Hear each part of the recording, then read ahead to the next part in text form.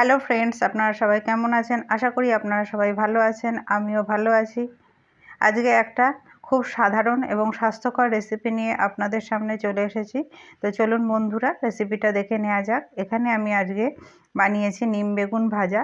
তো এই বসন্তকালে এই নিম বেগুন ভাজা খাওয়া কিন্তু স্বাস্থ্যের জন্য খুবই ভালো, বিশেষ করে বিভিন্ন রকম চর্মরোগ থেকে মুক্তি পাওয়ার উপায়। এখানে আমি নিম পাতা নিয়েছি কচি কচি, আর একটা গোটা বেগুন নিয়েছি, কিন্তু এই গোটা বেগুনটা আমি দেব না, অর্ধেকটা দেব। এই যে নিম পাতা, আমি এই নিম পাতাগুলোকে ছাড়িয়ে পরিষ্কার করে নেব, আর বেগুনগুলো ছোট ছোট টুকরো করে কেটে নেব।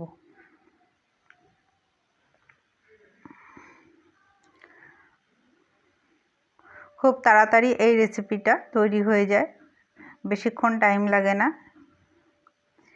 তো এখানে আমি নিম পাতাগুলোকে ছাড়িয়ে নিয়েছি, নিয়ে খুব ভালো করে ধুয়ে নিয়েছি, আর বেগুনের টুকরোগুলোকে এইভাবে কেটে নিয়েছি, ধুয়েও নিয়েছি।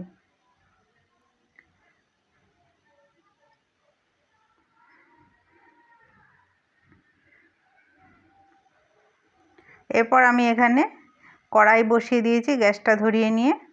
এরপর কড়াইয়ের মধ্যে কিছুটা সর্ষের তেল দিয়ে দেব।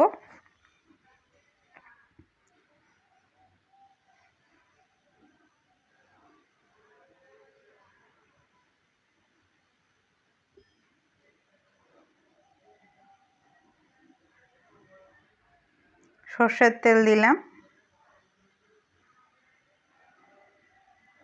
প্রথমে আমি এখানে নিম পাতাটাকে ভেজে নেব।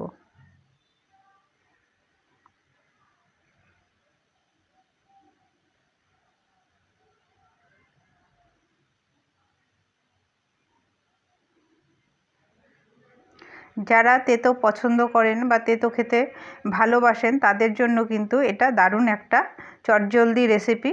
তো নিম পাতাগুলোকে ভাজা হয়ে গেছে, এবার আমি এগুলোকে একটা পাত্রে তুলে নেব।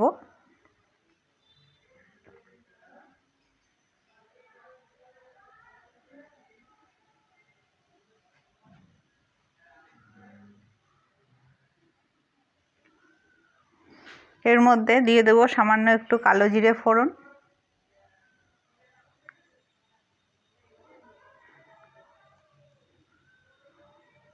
এবার আমি টুকরো করে রাখা বেগুনগুলোকে দিয়ে দেব।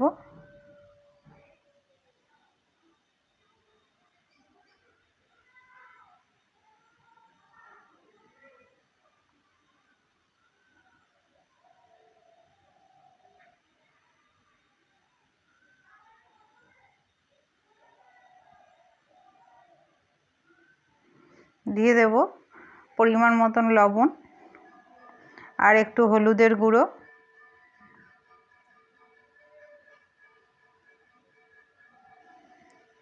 দিয়ে বেগুনগুলোকে নাড়াচাড়া করে ভেজে নেব।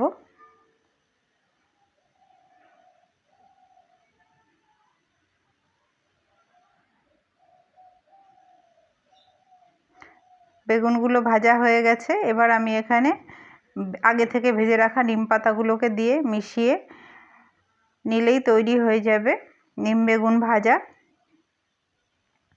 ভিডিওটা ভালো লাগলে লাইক করে দিয়ে পাশে থাকার অনুরোধ রইল। কমেন্টের মাধ্যমে জানাবেন আপনারা কিভাবে নিম বেগুন ভাজেন।